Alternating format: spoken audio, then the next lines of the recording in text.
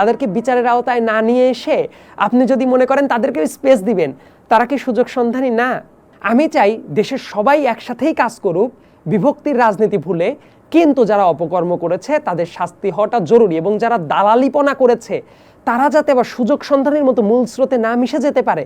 তাদের প্রত্যেকের অপকর্ম যা যা ছিল, আপনি ওই যে একটা ভাবনার কথা বললেন, অভিনেত্রী, সে বিগত দিনগুলোতে আওয়ামী লীগের ইলেকশন ক্যাম্পেইন করেছে, আমার কাছে প্রমাণ আছে।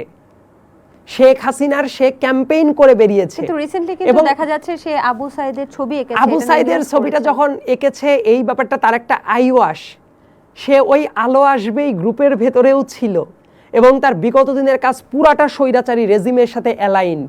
সে একটা ছবি একেই যদি বলে যে সব দায়িত্ব শেষ, সে বিগত স্বৈরাচারের আমলে প্রত্যেকটা জায়গায় সে বেনিফিট নিয়েছে। এমনকি সে যে অনেক ভালো অভিনয় করে তাও না, ওই জায়গা থেকে কিভাবে সে প্রচারণায় উঠে যায়। আর একটা গুরুত্বপূর্ণ কথা বলি, আপনারা মিডিয়ার মানুষ খুব ভালো বুঝতে পারবেন। সে যে কান চলচ্চিত্র উৎসব যেটা হয় সেই জায়গায় যে গিয়েছিল, সে নিজের টাকা খরচ করে প্রাইভেট স্পেয়ার থেকে গিয়েছে, রাইট? আপনি একটু তদন্ত করে দেখতে পারেন, এরকম যে কেউই যাইতে পারে বিভিন্ন জায়গা থেকে। কিন্তু যাওয়ার পরে তারা কি করে জানেন? মিডিয়াকে নিজেরাই বরং টাকা দিয়ে কিছু ভাড়াটে সাংবাদিক জোগাড় করে সেইটাকে এমনভাবে প্রচার চালায় যেন এটা তার অভিনয়ের জোরেই তারা ওই জায়গাতে গিয়েছে, এবং দেখবেন প্রচুর প্রচারণা চালিয়েছে। এবং বিগত স্বৈরাচারের সে একজন একনিষ্ঠ সমর্থক। সে যদি এখন হঠাৎ করে এসে তার পুরো রিমোর্স বোধটা না থাকে, সে যেসব অপকর্ম করেছে সেগুলো যদি স্বীকার না করে, তার তো এই প্রশ্নের জবাব দেওয়া উচিত যে সে শেখ হাসিনার যে ইলেকশন ক্যাম্পেইন করেছিল, আপনি প্রমাণ দেখতে চাইলে আমি দেখাতে পারি। সে যে করলো, কেন করেছিল, এই পুরো ব্যাপারটা নিয়ে সে জাতির কাছে কি ক্ষমা প্রার্থনা করেছে? সে কোনো কিছু না করে হঠাৎ করেই ডান থেকে বামে এসে যে আমি তো খুব ভালো মানুষ, কিছু বুঝি নাই, এই ভাবটা দেখাবে। তখন মনে করতে হবে এই মানুষগুলা হইল ওই ব্যারিস্টার সুমন টাইপ মানুষ। একটু বলি যে রাফসানদার ছোট ভাইয়ের কথা, তিনি যখন ছাত্র আন্দোলনে গিয়েছিল, অর্থাৎ একাত্মতা প্রকাশ করতে গিয়েছিল, তখন কিন্তু ছাত্ররা তাকে আসলে অ্যাকসেপ্ট করেনি, সেখান থেকে তাড়িয়ে দিয়েছে বা চলে যেতে বলেছে, জোর করে নিয়ে গাড়িতে উঠিয়ে দিয়েছে। এই বিষয়টাকে আপনি কিভাবে দেখবেন? আমি সবসময় একটা কথা বলে, আমার ওই ভিডিওর পরেও কিন্তু আমি বলেছি, রাফসান আমার শত্রু না। আমি যে কাজটা করেছি টোটালি দেশের স্বার্থে, কারণ আমাদের দেশের ঋণ খেলাপি ইস্যু এত জটিল হয়ে যাচ্ছিল, এবং দেখবেন সরকার বা সরকারের সাথে যাদের আতাত থাকতো তারা জনগণের টাকা, ঋণ খেলাপির টাকাটা কিন্তু জনগণের টাকা। আমি যখন এই ভিডিওটা করেছি আমি সবসময় বলতাম যে তরুণরা যদি রাজনৈতিক সচেতন হয়ে ওঠে, একটা দেশে একটা বৈপ্লবিক পরিবর্তন আসে। এবং তরুণরা যদি রাজনীতি সচেতন হয় তাহলে কি হতে পারে এতদিনে নিশ্চয়ই সবাই বুঝে গেছে। আমি যখন ওই ভিডিওটা বানালাম, অনেকে প্রশ্ন করছিল কি জানেন, এটা তো ব্যক্তিগত ব্যাপার তাদের, এই ব্যাপার নিয়ে কেন কথা বলছেন?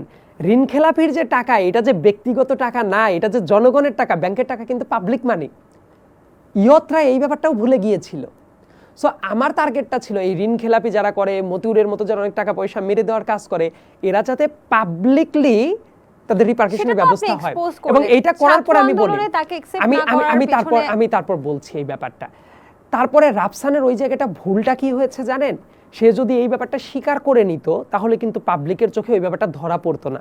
কিন্তু সে যে কাজটা করার চেষ্টা করলো, সে এসে পুরোটা ডিফেন্ড করার চেষ্টা করলো। সে ইনফ্যাক্ট ওই ভিডিওতে আমাকে এসে মামলার ভয় দেখাচ্ছিল। তার ভুল ত্রুটিগুলো আলাদা রেখে সে ডিফেন্ড করে সে মামলার ভয় দেখাচ্ছে। আপনাকে ব্যক্তিগতভাবে আক্রমণ করার কারণেই কি ছাত্র জনতা তাকে অ্যাকসেপ্ট করেনি, আপনি সেটা বলতে চাচ্ছেন? এবং তার কিন্তু আরো কিছু ভুল ছিল। যেমন সে মনে করে দেখেন, সে প্রাইম মিনিস্টারের, একটা স্বৈরাচারী প্রাইম মিনিস্টারের সে মরক পোলাওয়ের রিভিউ করতে গিয়েছিল।